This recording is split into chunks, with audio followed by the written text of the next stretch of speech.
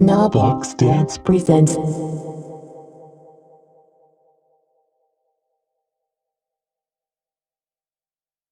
Yeah, so like if we think about like let's just take media, like digital media out of it for a minute and think about, well, how does dance travel from body to body, right? So maybe we're in a social setting, or maybe we're in a studio, whatever kind of setting we might be in.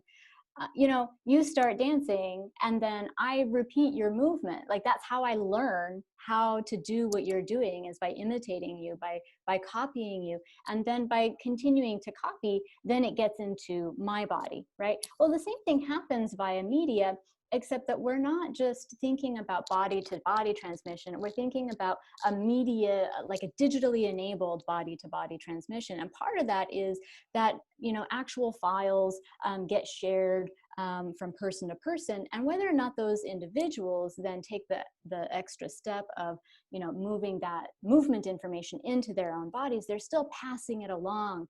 And there's such an interesting thing that it's been happening for a while, but now that people have been stuck in their houses for a long time, we're seeing like I don't talk about this in the book, but because it didn't exist yet, but TikTok videos, and how people are just continuing to participate in what I would call viral choreographies, where there are these kind of preset or pre-choreographed dances that people learn and contribute their own, and people become actually quite famous for creating these short choreographies that then circulate online, across, like not just across TikTok or from platform to platform, but from body to body, as people decide, oh, I want to participate in that too. I want to learn that choreography. I want to dance it to that music, and I'm going to also post that online. So it's something that is kind of fundamental about how we learn and distribute dance. In a face-to-face context, and digital media just amplifies what that scenario is.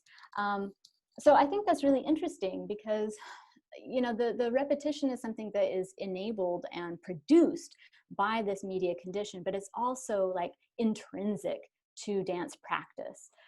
Even just like in your own practice, how do you get better at something? You do it over and over and over and over. So yeah, repetition, like repetition and dance, they just go hand in hand, whether you're talking about a media context or you're talking about a body-based context. So I think that the best practices slow things down, right?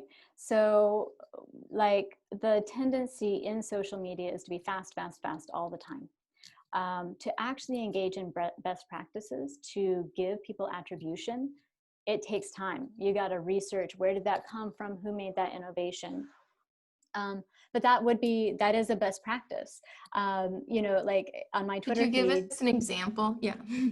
Well, I was just going to say, like on my Twitter feed, I often see the hashtag, cite Black women, and that's a very simple example of like, no, you got to stop.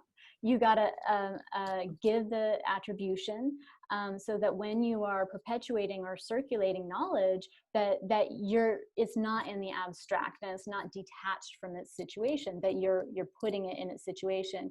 So like the example I give in the book is of Alexandra Beller. Well, there are many examples, but like that's the one that is coming to mind in this conversation. And her video of her son dancing, and her dancers following along.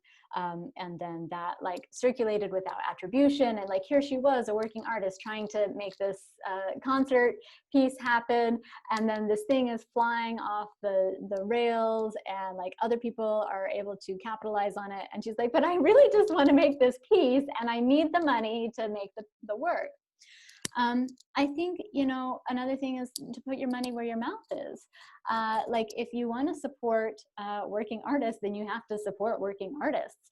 And there are a lot of ways to do that. People have PayPals on their websites now, and Venmo. And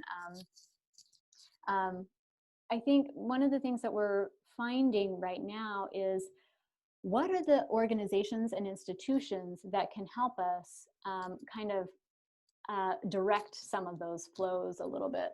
And so I would also say that another best practice practice is thinking about, well, where can, how does my own participation in some kind of an organization give me access to funds that I can also then,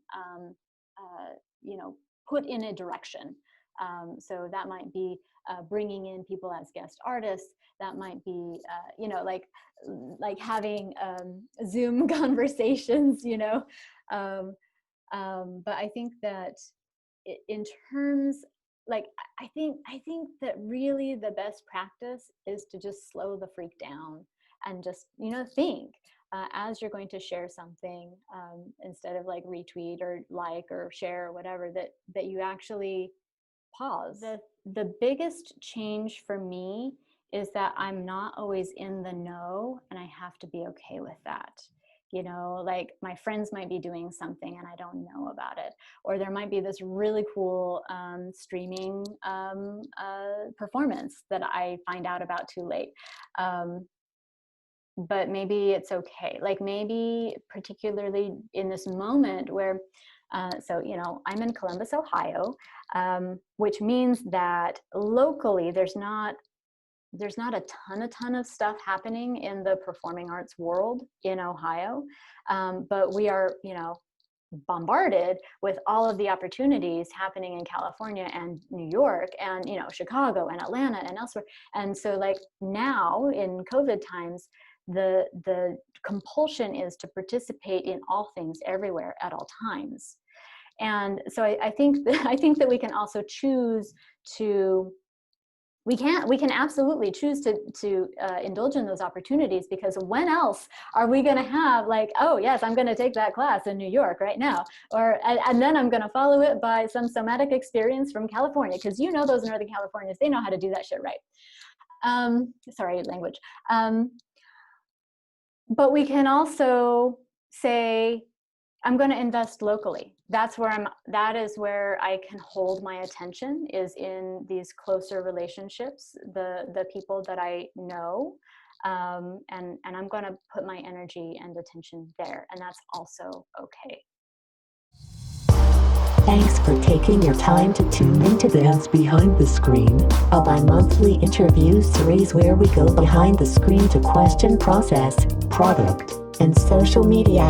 Be sure to follow us on social media at KNOW Box Dance. See you next time, and don't forget to say no to the box.